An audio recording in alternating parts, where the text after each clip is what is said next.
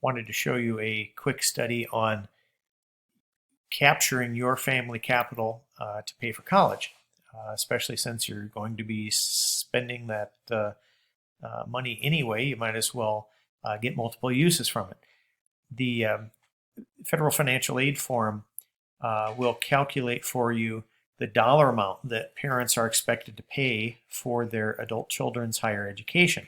So if the figure comes back at $10,000 for the year, based on the parent's income and assets and the student's earnings and assets, then that's your contribution, whether you like it or not, whether you have it handy or not. So you have some choices. Do you spend it out of savings, or do you borrow it from somebody else and then send it out the door? If you're spending your own savings, you're liquidating your own capital. You have forever lost it, and you have to replenish it, and that just takes twice as much effort. Or you borrow somebody else's capital, and then you have to replenish their capital on their schedule. But borrowing and spending is the American way. So what is the key concept to this is understanding what is opportunity cost. If you spend $1, you forever lose what that dollar would have otherwise earned.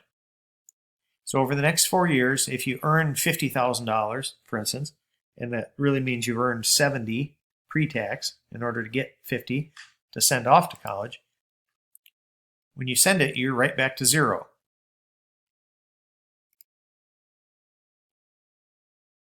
That money is forever off your compound growth curve.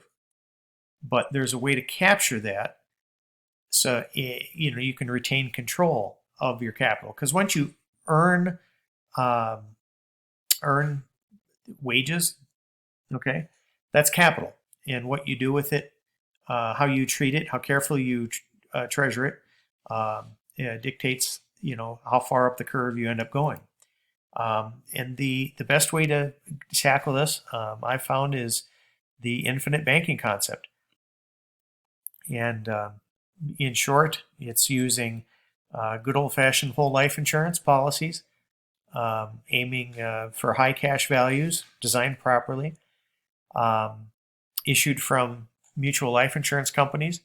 There's a handful of them out there that are acceptable.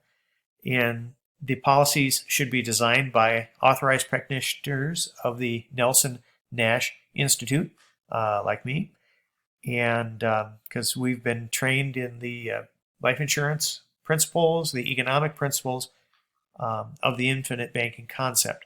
And so if you go looking online, look for those keywords.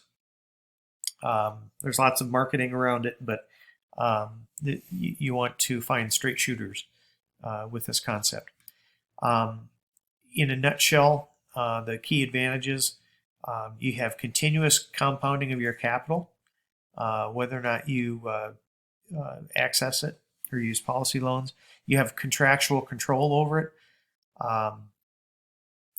They're kind of their own little asset class, cash value. So they're not invested in the stock market. You don't have that volatility. You have the insurance company that provides the guarantees for values, and there's no surprises. It's very predictable. And of course, it's whole life insurance. So there's values there in having, protection for the rest of the family. And in this situation, in this discussion, we have to emphasize that these whole life cash values, they're not a FAFSA asset. It's not something that shows up and is included in as an asset for the expected family contribution, unlike 529 plans. If somebody has saved up all their kids' money in 529 plans, the colleges, jump right on that, like a hobo on a hot dog. Now remember, your your whole life, you only have one financial growth curve.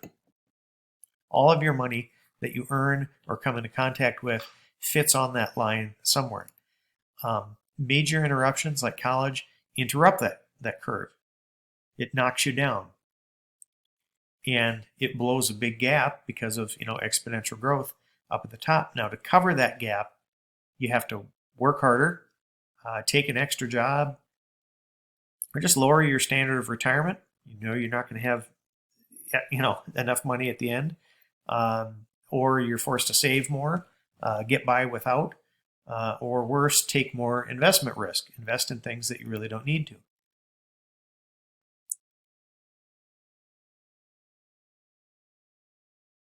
What makes the infinite banking concept with whole life insurance policies so effective is that we keep that growth curve, we keep those assets intact.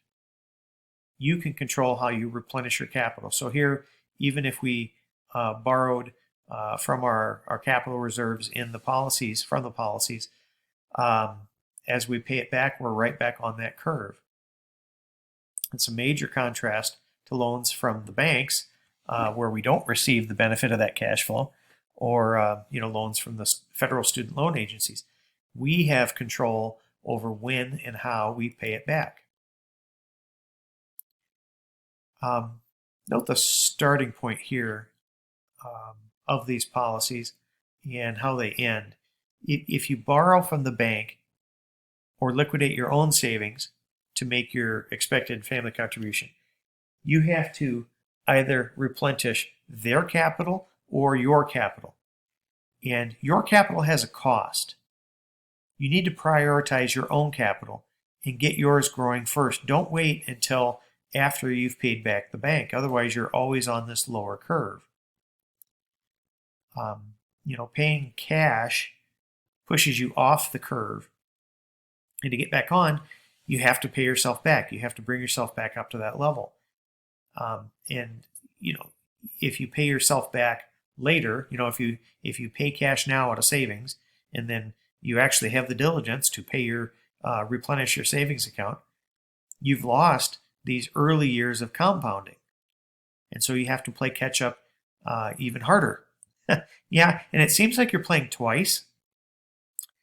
You might pay the college the next few years, and then over the next decade, you have to pay yourself back. But these repayments that you make, you're saving, you're building capital. It's just harder if you're playing catch up.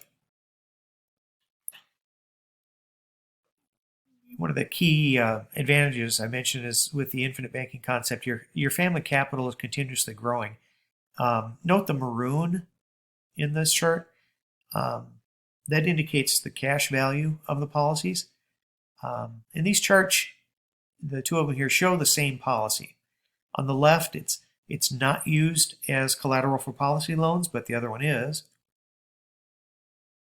And with a properly structured infinite banking concept type policy with the correct non-recognition policy, the growth is uninterrupted. And even at the right side, as you repay the policy loans for this or that, whether it's college or other purposes, as you repay it, the values are right back on the curve that they would have otherwise been. So even though here you can see there was a repayment, it catches right back up to where it was on the curve anyway. And the other neat feature here is see how in these later years, the policy values and the death benefit are growing, even though there's no premium being paid in the later years of the policy.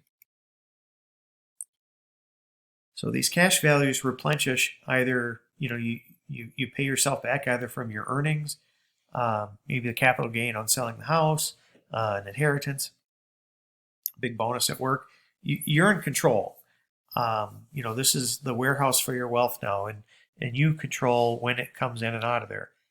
Unlike a bank loan that requires reapplication, for the loan and then requalification and more paperwork, when you pay down your policy loan, you have contractual access to that cash value over and over.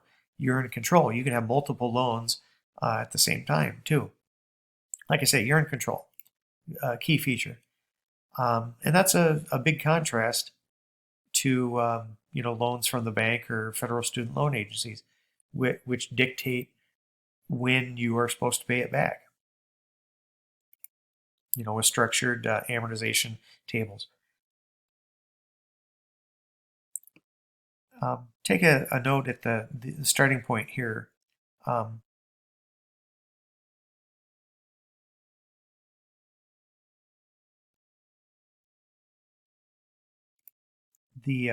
Here's a sample policy that's designed to capture the capital that would otherwise be lost when you make your expected family contribution to the college.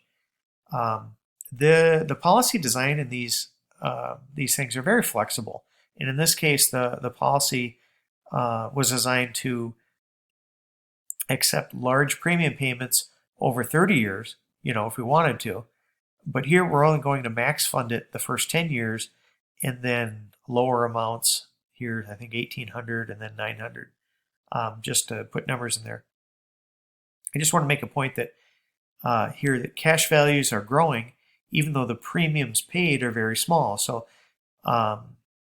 in this particular example, this is the bare minimum, the blue part here, that has to be paid over the years, and all the rest of this is extra. That's your capital that you're storing up. So don't be afraid to capitalize, because this cash value is assured, and the more you put in, the more you earn. We have multiple uses for the same dollar. So, here, in this example, we're focused on sending kids to college. We can do that in this section here, but we have all this cash value available for, real estate investments. Maybe a little parcel of land comes available. And maybe there's a small businessman, that needs a short-term loan for inventory. Who knows? All sorts of opportunities.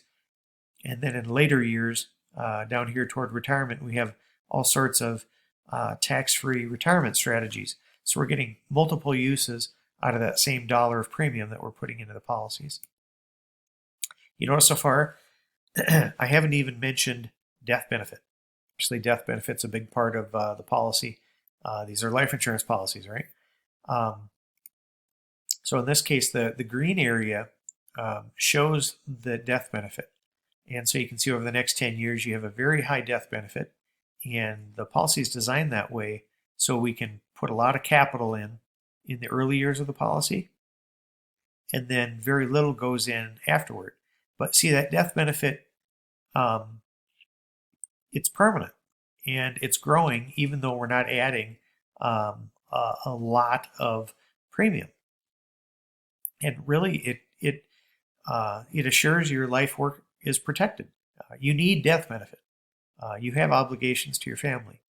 But in the short term here, our concern is capital accumulation. But like I say, there's many uses for that capital once you have it. So my encouragement here is start simply, use it, grow it.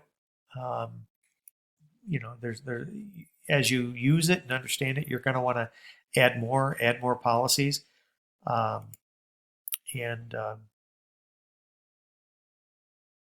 right off the bat for college, but cars, not only new cars, but car repairs, fender benders, that type of thing. All of a sudden, the deductibles really don't bother you too much. There's down the road, there's going to be weddings, maybe bigger vacations you want to take that you can give yourself a policy loan and pay yourself back. Investments that come along. But most importantly, this is a non-FAFSA asset. So when we talk about savings, this is not something that the college is going to glom onto. And more importantly, we're thinking multi-generationally. We're looking way down the road to setting these up so that, grandkids don't have to worry about how they're going to pay for college. Because it really doesn't take much to get these started and really get the grandkids set up, for life, really. So that's my encouragement, and give me a call.